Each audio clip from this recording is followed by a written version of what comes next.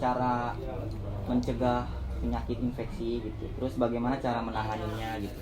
Cara mencegah infeksi apa penyakit infeksi? Kalau yang penyakit Infeksi. itu kan semua infeksi kan.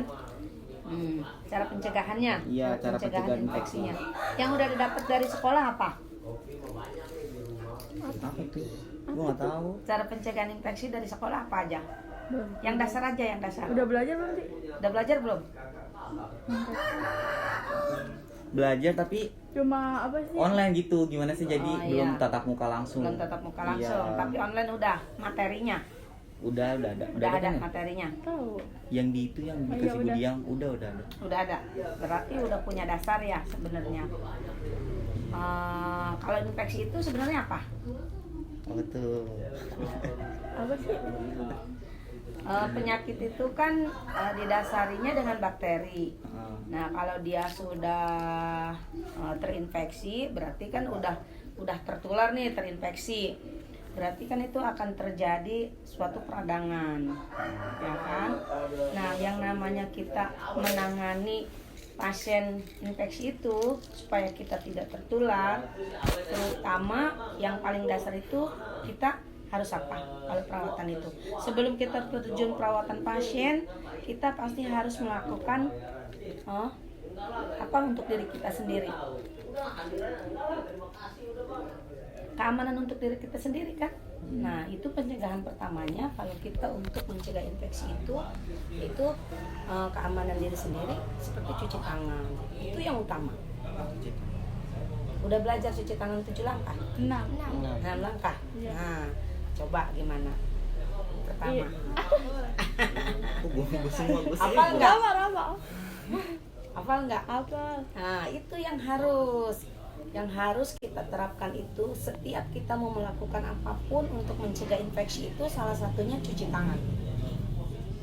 Jangan yang jauh-jauh dulu. Desinfektannya dengan cara cuci tangan karena penularan penyakit itu bisa dicegah dengan cuci tangan 6 langkah tersebut. Yang paling efektif yaitu dengan sabun dan air mengalir. Itu yang utama. Itu dasarnya aja. Kalau yang lainnya seperti kita melakukan sesuatu, kita mencuci tangan dengan sanitizer, dengan alkohol, itu lebih bagus dengan sabun. Gitu. Karena dia dengan sabun dan di bawah air mengalir, pada saat kita mencuci dengan sabun pun itu kuman sudah mati, sudah bisa mati, dan nanti kita bilas dengan air mengalir, dia turun kan?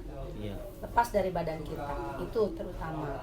Nah, setelah itu baru kita melakukan atau memakai APD, seperti misalnya kita memakai sarung tangan, memakai masker, memakai kacamata, tutup kepala, badan. Nah, itu untuk mencegah infeksi. Dan setelah itu, kalau pada saat kita mau melakukan misalnya penyuntikan apapun, itu lakukan dengan desinfektan, boleh dengan alkohol atau betadine. Itu pencegahan infeksi, lakukan dengan desinfektan itu hanya untuk membunuh kuman di permukaan gitu. Nah, itu salah satunya ya.